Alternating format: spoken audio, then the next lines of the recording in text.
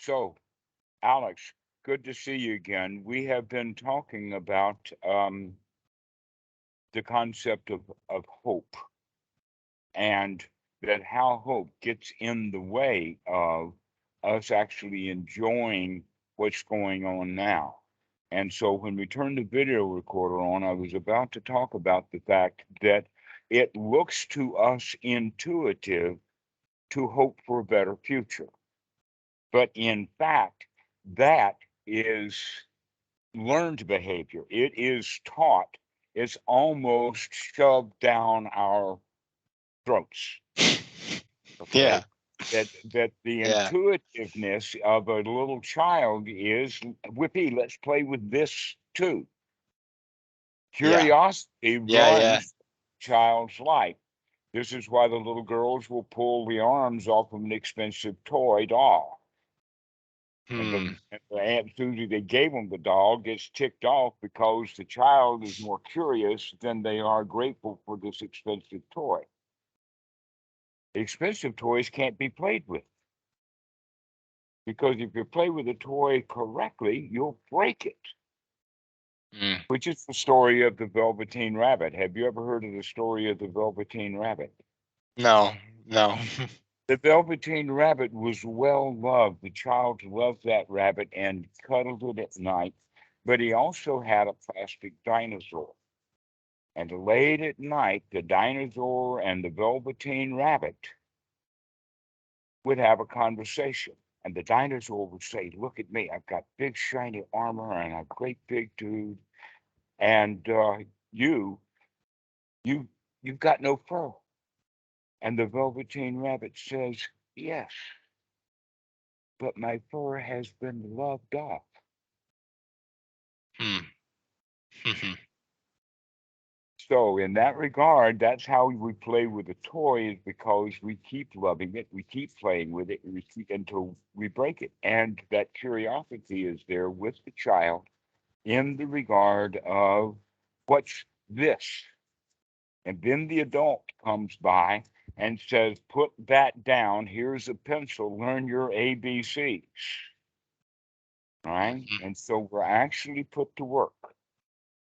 It depends upon what culture we're in as to what kind of work that we have. And then there's other issues like when the second child is born, the 4 year old now is no longer the baby in the family. He's now mama's little helper. He's the gopher. Hmm.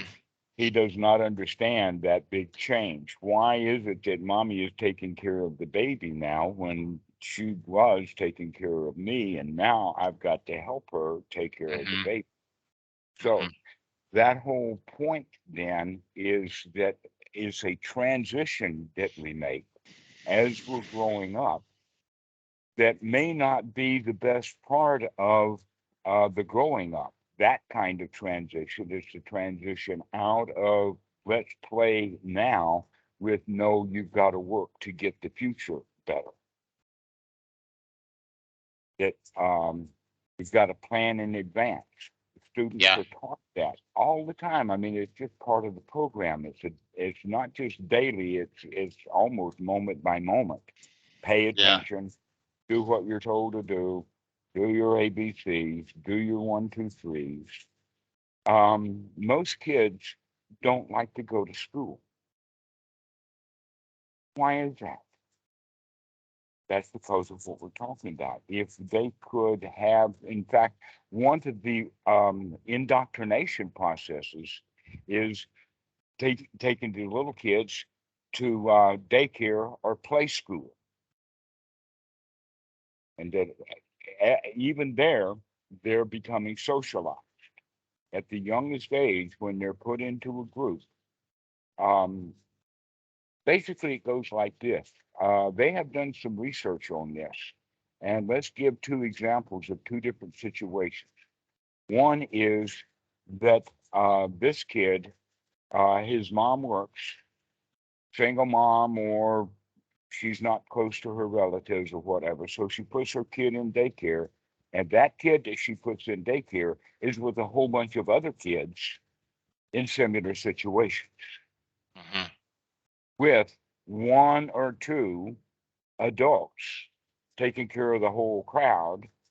And it's like herding cats, but the people who are doing the herding think that they've got to go herd those kids. You got to put the toys over there and hang your clothes up over there. Um, Learn to stand in line, learn to be quiet. And all of these socialization things happen before we ever got started at school. We, in fact, all our this in our culture, the socialization is actually every child, every human child that's born is born as a wild animal. We're just capable of learning. The problem is that we're taught to be civilized, which means shoved into this box. And we spend the rest of our lives hoping to get out of that box. Yeah. That we were shoved in when we were kids. So, And go ahead. I was just gonna say, for me, what I've seen is that one of the ways we try to get out of that box is by pushing ourselves further in the box. Precisely. Oh, if I do the box it really well, they'll let me out. It's almost like a spring-loaded catch. You've got to push it in order for it to come out. Or, many old 1960s electronic push buttons were like that. You push it in and it turns it on, and you push it again and it turns it off. So that pushing it off, and that's how we think that, oh, we got into this bush by pushing that button. Let me push it again to see if I can get out of the box. And here we go, keep pushing that button. Box. Yeah. Or, I imagine, like, as a kid, we'd like build forts and stuff. You'd stand inside the box, and it would the tops of it would close down, and you would try to, like, lift up on the box, let me out. But what ends up happening is, if you just lay down in the box can't stay together anymore, and the walls end up going down themselves. Because you learn to just relax and enjoy the box as it is. That's right. That's right. What a mystery. We're talking in metaphors about cardboard boxes, but this is actually the way that things are in the mind. Yeah. That we do have to find a way of recognizing, basically, that we created the box. The box only exists as the delusion, but we bought that delusion from other people who lived in their own boxes, teaching you to live in that box. Yeah. And that we highly praise thinking outside the box, just not too far.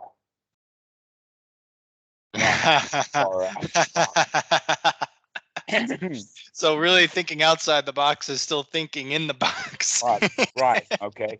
Here's a really, really big example of that is that Elon Musk with Tesla has been thinking outside the box about how to make or manufacture automobiles. Right? And look who don't like it. The whole German government did not want him to bring in Giga Berlin, as well as Volkswagen and Mercedes and BMW and Audi. Nobody wanted him manufacturing EVs in Europe. Because the European market is thirsty for these EVs. And so the old guard, so they don't, it's okay for you to do an electric car, Elon Musk. We're really happy about that, but don't make too many of them. Yeah, exactly. Don't go too far outside the box. So this is the whole point then, is that we really don't know where the boundaries to the boxes are, because there'd be new people coming by trying to reconstruct whatever boundaries that we're breaking out of. This is part of the reason why it's so important for beginning seclusion practitioners is to get into seclusion, so that we can recognize what our own boxes are that we have constructed in our own minds. I wanted to mention something to you about that. I have a work at home job, and my manager from time to time will ask us if we all want to come into the office, and I live 5 minutes away from the office. So it's whereas most people live hours or 45 minutes. um but I usually decline. I've gone before, but I usually decline. And I was invited for yesterday as well. And he made a point. He said, I feel like it would be really good for you to get out, get out of the house. And I was like, well, I still get out of the house. I go on walks. I go out with my girlfriend. I just like working from home. And he's like, no, I understand. I think we've all become a little recluse. And I was like, listen, I I derive my energy from within. I don't need to be in an office you surrounded were by people. listening, you were listening to his words. You see, he was trying to convince you to Yes. come in, Yeah. and that you were listening to his right reasons and rationales for why to come in, instead of listening to him actually talking about he wants you to come in. Right. So that's one of the ways of beginning to look at it, then, is that instead of there's many different ways of talking, explaining yourself, talking back, disagreeing, any of that kind of stuff. You can actually begin to agree with him in the Mm, sense of, hey, I hear that you really want me to come in, mm, mm, mm-hmm. and take it from there. That in fact, because he wants you to come in, that should be enough for you to consider coming in. Mm. But because he's giving you all of these reasons why he wants you to come in, and he's using the tactic for your own good, for your benefit, and you're Yeah, yeah. trashing all of that, saying, "I don't need that. I don't need your advice on those things." To where he's just looking for something, Yeah. and so look at the fact that he's looking for something, Yeah. because what he wants is he wants you to come in. Yeah, yeah. Yeah, and Okay. I just going back to that seclusion point, I find that right now my practice is still in a very it's precious, I would say. It's precious to me. There's a sacred kind of quality uh to having sustained the wholesome um, as reliably as I have. And I find when I'm with people and there's socializing and there's jokes and things like that, it can have a tendency to bring up some of those walls of the box, like we were talking about. So, Absolutely. yeah. So Absolutely. That's I, the reason for getting into seclusion. But when, Alex, are you going to then start to develop the skills, or let us say, continuing to develop the skills that you learned by being alone, by being able to go out and test that? You're already testing it some with your wife or girlfriend. You're testing right, it some with the boss. right. And so um, pretty soon you'll have the idea, hey, I'm okay wherever I'm going. I can go Yeah. handle anything.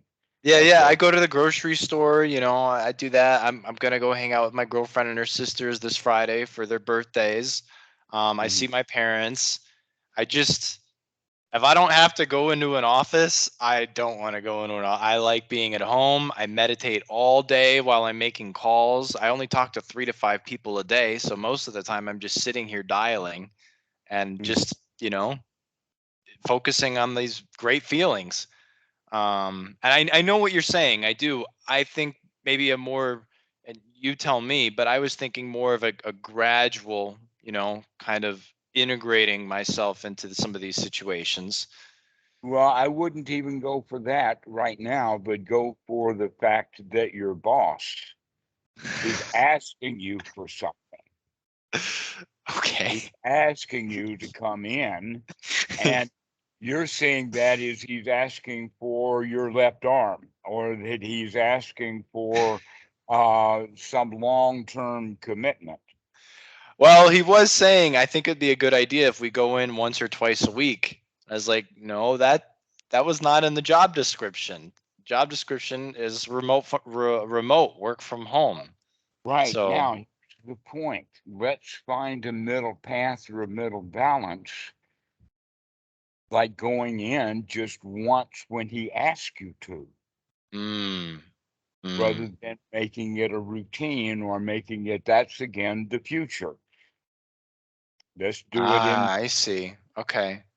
okay. So that maybe in his mind he'll start to see, well, he comes in when I ask him to. Maybe I don't have to ask him to come in this time, the next time, because he knows that I'll come in when I ask him to. So as a generosity to me, he might just not ask me, is what you're saying. It's like Yeah, training him in a way. right. Exactly. Training him because, and I've, I've talked a lot to Keyshawn about this, because, and you can understand the situations that he is in, and that I was giving him permission that, hey, this guy is called boss with a BOSS in the culture, but you are your own boss. He's not your boss inside your mind. He is just yet another thing out there with the name and the label of the boss. And not only that, but the fact that he sees himself and thinks of himself as the boss is merely his delusion. Yeah. That you're really the boss of your life, not him. Yeah. And that gives you a tremendous negotiating ground that most people don't have, because we are raised with this from childhood as being in the one down position, being the loser. And when he is saying as the boss, he wants you to come in, he's playing that position of being bossy and whatnot, but he's trying to do it by maneuvering you. And instead of seeing the game, you get stuck in the game of, no, he can't maneuver me. Okay, so a better way of looking at it is that yes, he's got the image of him being boss, and he wants to be able to prove to himself that he is the boss. He's got to be able to control you in some ways. So you give him kind of that gift, being generous with him by kind of once in a while showing up when he asks. That is a very smart idea, Dhammarato. I see where Been you're there. going there. Uh, And so that kind of, takes the whole like he's my boss thing and flips it over on its head. And mhm, instead I get to be, kind of in control, because it's like, okay, well, I will reinforce his view of him being the boss as a act of generosity, and then going into the office, he'll see that he'll get what he wants, and I'll get what I want, because I know that I did it by my own volition, mhm. and that I'm not saying that I'll go every time, but the time that he asked, I did go in. And that, you're right, that is distinguished from probably how other people would be, since we do have the option, we all have the option to stay home. It's Mhm. probably pretty distinguished if your boss asks you to come in and you decide to come. So Mm.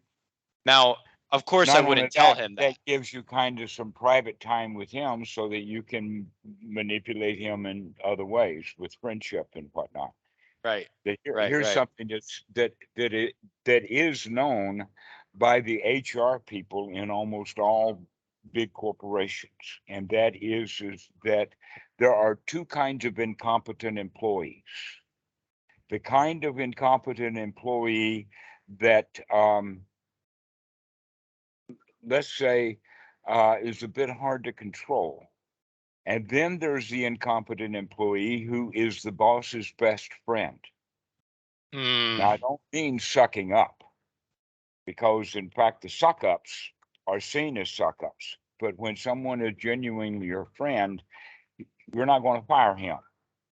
And yet, most of the Westerners, they have the idea that my job is to do my job. Hmm. Mm-hmm. And real job, the psychological job, let us say the informal job, is to be friends with the boss. Mm-hmm. That's the real job. The real job is to be friends with the boss, be generous with the boss, give the boss what the boss wants, that kind of thing. And that when you change that mentality, your whole work ethic will change. Yeah, yeah, Because yeah. I was trained in the work ethic of get that job done Yeah, yeah. by being the very best at it. Yeah. Yeah. But that's not job security at all. That in fact, Mm. if you are very good at the job, the first thing that's going to happen is that you might get promoted. And there's a thing called the Peter Principle. And the Peter Principle was actually a bestseller back in the very late 1960s. And the Peter Principle is that everyone who is striving to be good in their jobs winds up getting promoted to a level of their own incompetence. And I'll give you some examples of that. A plumber who is a good plumber is a really great plumber, and he has a whole bunch of people wanting him to come plumbing, and so he hires a couple of other plumbers. Now he's a boss, and he can't do the job. He's not a good boss, he's a good plumber. Mm. So that's an example, but that happens with computer people. It happens with salespeople. It happens a lot when we think that the job that we're doing is the most important thing. So if we can change that around to it's not the job, that it's the relationships that you have with the people in the jobs. That's what is the more important thing, not Yeah. getting the work done. Yeah. Getting the work done and getting the product out the door is the job of the CEO, not the employees. Yeah. And, to kind of add on to that, Dhammarato, one thing that I'd say there are some challenges with is um, having an interest in forming those relationships with my coworkers and with my boss as well. And I'll say, I think the big reason why is because a lot of what they talk about, the content in their conversation, I really don't relate to much of it. I can see the fun of it. I can revel in the joy that they experience in talking about those things, and I can find a way to connect with them in some aspects. But in many ways, well, I wouldn't even say in many ways. In one very simple way, one thing that they do a lot is kind of talk shit. I don't know if you've heard this kind of expression, but Frivolous. yeah, they talk shit. They joke around with each other. Now, this was a sensitive subject for me. Well, still is a sensitive subject for me in middle school, high school, elementary school, because I was bullied at times and I had friends that would make fun of me, and I never knew whether or not they were my friends or they were not my friends. And this kind of seems to follow me. Even with my coworkers, one of them in particular, he'll, make these kinds of remarks, and it's kind of like a confusion that goes on in my head. It's like, whoa, is he joking with me or is he being my friend? I really don't know. But what I've thought is to be wise in those moments is to just laugh, to just make Certainly. fun, to just Absolutely. be friends with him Absolutely. anyway. So, Yes. That if the question is he trying to be friends, the obvious answer is always going to be yes, let's be friendly back. You see, the other possibility is going back into high school where you're being bullied, okay? And that you made the kind of choices and decisions then based upon your knowledge then. mhm, Now right, you have new knowledge, and so there's no reason for you to go back and to make the same old decisions and choices that right. you made with bad knowledge. Also, um, the bullies in high school were also operating with bad knowledge Mm-hmm. that Mm-hmm. they're going to get some value out of bullying you. Mm-hmm. That generally doesn't happen in the workplace. Mm-hmm. And if it does, then guess what? The bullies in the workplace are the ones who need friends the most Mm-hmm. because Mm. other people are having the idea of, is he being friendly or what? And the answer is what? So Mm. you're going to Hmm. be able to take the answer to, is he being friendly or what? The answer is friendly. Let's assume it that way. So And you're saying also, we take it on as an assumption. we take it on as the assumption because no, we're taking it on as an operating position, a method, an MO. Mm. Your method of operation is changing from is he a friend or what, and to have certain he is a friend. That's your method of operation. They're Mm. naturally being friendly. They're naturally not being non-competitive. But Hmm. your job is to be friends with them. And that if Hmm. you are friends with them, then they won't be so competitive with you. But if you get competitive back with them, that invites them to be competitive with you. That's what Hmm. competition is all about. That there is competition is instinctual Hmm. from the Interesting. Yeah. from the position of things are scarce.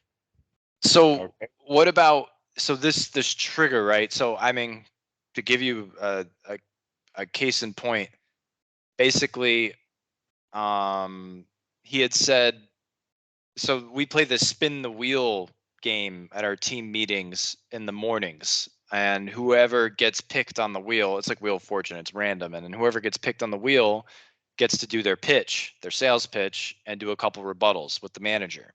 And I like to get that practice. And one of the days we were about to be done, and someone got picked twice by random. And I just Hmm. asked Kyle, is like, hey, Kyle, is it cool if we don't do doubles today and we can move on to the next person? And he was like, okay, sure. Yeah, absolutely. Just for you, Alex. And, um, you know, then uh, Jake, the guy I'm talking about, said, oh my gosh, Alex, look at you. You're just itching to practice. And I was like, no, I'm not. And he was like, Sure you are. he's Don't like, do that. yeah, Okay. he's like, that's a total lie right there. You even itched your nose. And I felt so, the emotions were right there. It was like, whoa, caught red-handed, like, okay. And then they let me go. They decided to let me go next. And then ever since that day, Jake says, ever since that day, he says, well, we gotta give Alex one rebuttal because he's got to practice. Alex got to practice. It's kind of like that. It's like he's kind of it occurs like he's throwing it in my face. Sure he's And throwing it in your face. Certainly. so So what is wear that? that pie on your face proudly. Okay. Okay. Okay, and so here's ways of handling that is you're so right. I do need the experience, and I hope that you're going to let me be critiqued. And then you can also say, yes, I really enjoy listening to you talk also. Now that would be a good one for you.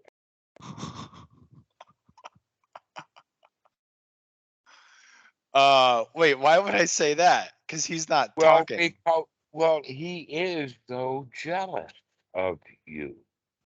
Recognize Oh. Hmm. that I've had to deal with that for my whole life. You? Yes, I've recognized that when I was a child. I recognized it really big time in middle school and later in high school, in university, when I was working for IBM. All kinds of things I find where people show jealousy, Hmm. I've and never seen it as jealousy. I can't say I've certain ever seen that. Yeah. I didn't think anyone was jealous of me. Right. And people are jealous of you.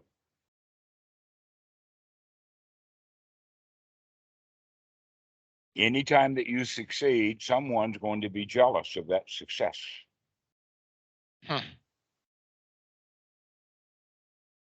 It's impersonal.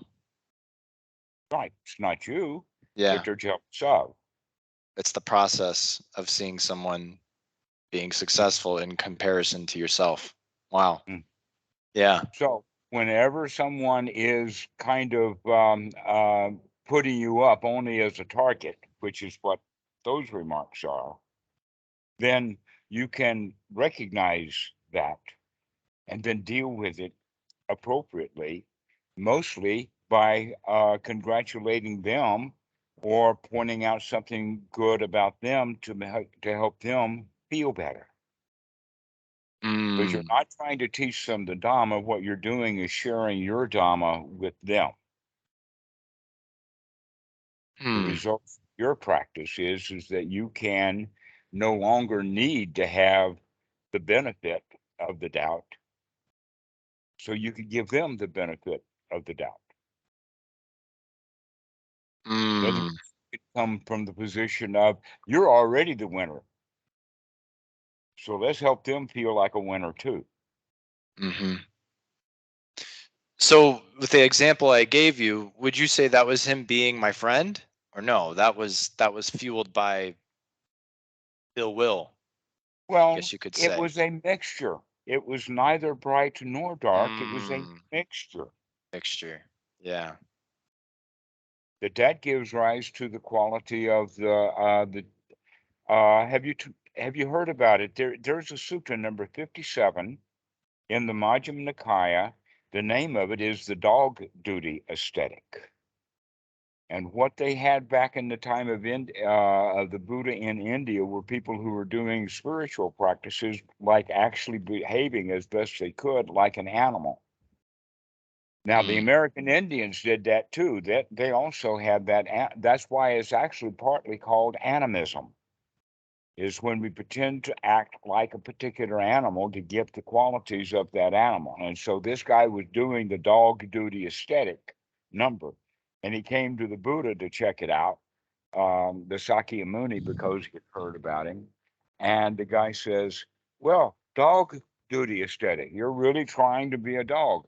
What happens then if you're successful? You become a dog. And if you fail at it, then you'll be in hell. So those are your two choices. Now that really struck this guy hard, that his only two choices was be successful and become a dog, or be a failure at becoming a dog and roast in hell, your own hell. Then he told him about the four kinds of karma. Now, normally we think of the law as karma is only the you do good, you get good results, you do bad, you get bad results. And then they throw the kicker in no matter what. But the Buddha says that that's not the way that the law of karma works, that the law of karma really is the law of causality, the law of cause and effect. And that the longer something is away from the cause to the effect in time is residually, is at the inverse square law. In other words, if you move your hand twice the distance from the flashlight, that hand is only going to get a quarter of the light. So as you move away in time from your action, the results of your action have other actions mixed in with it to make it different. So the Buddha says that actually the third kind of karma is the most common kind, and that is mixed karma. That is, it's got both dark and bright aspects, and you can, and it has both bright and dark results. And when you have both bright and dark results, there's kind of, well, which is which, right?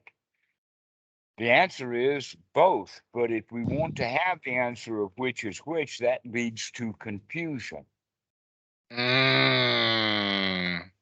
And so you're actually confused about this guy. What did he mean? Because you want to have it. It's either he was Yes. Okay, but the fact is that he was a mixed bag, and if you can see it as a mixed bag, then you understand it correctly as a mixed bag, and you don't have to go find was it one or the other, because it was a mixture. So I really like where we're going with this, because this has been, like, I would say this has probably been the one of the biggest mountains, you know, of that I would say holds together the identity for me. Mhm. So I'm really glad we're talking about this. What I can tell you right now is what's coming up for me is, if I'm in the office with them or whatever going forward, and he might make a joke again, I can see a tendency in which already to make him my friend, to kind of say thank you, but charged with ill will. You see what I'm saying? To be like, Yeah. oh, I'm like trying to muscle my way through thanking you for your comment without Uh, um, acting like you got me. You know what I oh, mean? Yeah. okay. Yes. So in fact, you gave him back. Your action was also mixed. Yeah. Yep. So he gives you an action that is mixed, dark and bright, and so you give him an answer back that's mixed with dark and That's bright. okay. Yeah. So Yeah. what you can do then is you could begin to understand that, oh, you've got a choice there. Even though he's giving a mixed, bright and dark, you can filter off the dark and just give him back something bright or innocuous. Or uh, like an example of that would, wow, you got me.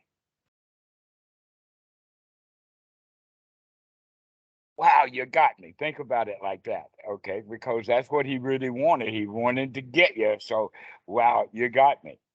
And Oh man. Wow, man. Wow. Yeah. I've been seeing this all backwards. Yeah. Hmm. So there's an option. and the reason for that, Alex, is because you thought that you had to protect Alex, just like you thought that you had to protect Alex with the bullies in school. And Yeah. so you can see these barbed attacks, these compliments that have a harpoon on, or let us say the bait has a hook in it. Yeah. Okay, this is the Yeah. mixed action that the Buddha is talking about. The things are mixed. There's bright and dark in there. But guess what? The fish can carefully eat that, knowing the hook is there, can eat that bait and swim away. He doesn't have to Mm. catch the hook. So He's now, obviously, with this, I guess you could call this right action, right? Right behavior, Mhm. right action. With this coming into play now, there still may be the feeling, right? The triggering feeling of needing to protect myself or fear, but I can start to kind of, I guess you could say, get more intimate with that in this right action, because in this right action I'm allowing myself to say, hey, oh, it's okay. I don't need to I don't need to react from this fear. I can let precisely. this You fear do sit not here. have to Yeah. protect yourself from it. Yeah. Right. Protect myself from it. You Yeah. do not have to protect yourself. It's not necessary. Hmm. Wow, man. Wow. Wow, that's big. There's even a little fear in doing that. There's a little fear in Uh, doing that. But hey, that's okay. I get it. Okay. This will be really interesting. Interesting. Hmm. so if you can make friends with the boss and you can make friends with this guy and other bullies and mixed bags at work, then you got a mate. All you have What to do is what else is there? just, yeah, just go be friends. Just go be friends with them. Yeah. Because it's No, the thing a bully is least expecting. Someone to be their friend, right? exactly. They're least expecting that. They're not expecting that. Especially since you've already gotten an MO going with them already. You've already got a relationship going with them. And so they kind of know what to expect from you when they do that kind of stuff. Yeah. So if you are awake and conscious of what's going on, you can begin to take new approaches. Yeah. Yeah. Cool. Excited to try that out. Thank you. Mhm. So friendliness is the way to go. This is, in fact, what the teaching of the Buddha is all about. But it seems kind of complicated, where in fact it's actually quite easy. And that is, the whole teaching is dukkha-nirodha. So Right. he hands you some dukkha-nirodha. You strip the dukkha off and hand him back dukkha-nirodha. Right. That's the easy way to look at it. Or the other way is that that's how we've been living our own lives in the inside of our own mind, is taking the good and the bad as a mixed bag. Now we can start to strip off all of that unwholesome thinking and just present ourselves with nourishment and friendship. Yeah. Once you feel well nourished and well friended, you don't need protection. Yeah. No, you don't have to protect yourself from this guy. He can't Yeah. get you anyway. You're the boss here. Right. Right. Right. Right. Right. Even if he gets in front of everybody else, even if he gets the very best out of you, he really takes the mickey out of you. The response to that would be, "Wow, you got me." And make a big joke out of it about how wonderful he is at trashing other human beings. Man, Jake, you were the best trash talker I've ever met. You Some really got me. You're someone really get trash. this man an award.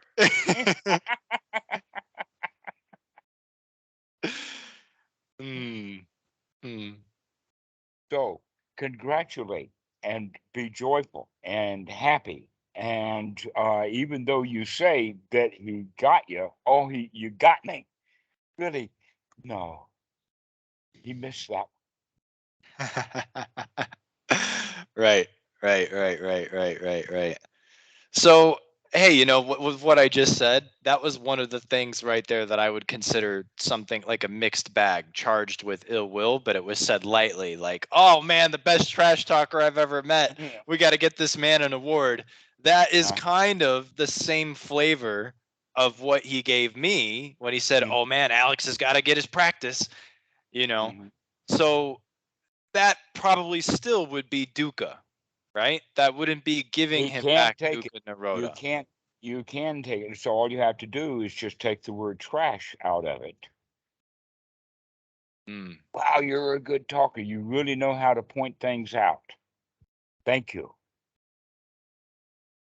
But I can't say that without I without being like, you idiot. Like, I uh-huh. can't say it. I know. I know. This is why it's going to take a bit of practice Okay. with him. Okay. Cool. So the next time you see him coming, recognize that this little game is going to happen again. Be on guard. Wakey, wakey. You can I got handle it. him. Yeah. So now I'll start seeing my own ill will, right? I'll start seeing that, and then I'll just get tired of that and find my way out of it, basically, so that I can just give him the dukkha nirodha. Just invite him into the joy that you've got. That he got you, but he didn't hurt you. Yes, of course, because I wouldn't want to give him dukkha back because that would be dukkha for me. Ill will is not fun for anybody. So Right. it wouldn't be, no matter how much ill will may be coming at me, it's not in my best interest to interpret it that way or to dish it out that way. So that makes sense. Mm-hmm. Wonderful. Wonderful. Wow. This has been really great. I'm glad. Well, let's go ahead and finish now, and we'll leave you with this. Yeah, This yeah. is this has quite a lot of value. Is to recognize that you can be friends And when your friend's well enough on the inside, then he can't touch you. Yeah. And so there's no reason to give him crap back because he gave you a mixed bag. You can strip Yeah. off that Yeah. and Yeah. come back with a great big grin on your face, a big smile, and a thank you. That was good. I like that. Yeah. Yeah. Okay. Good. Thank you so much, Dhammarato. Wonderful. Okay, we'll see you. All right. Bye. Bye.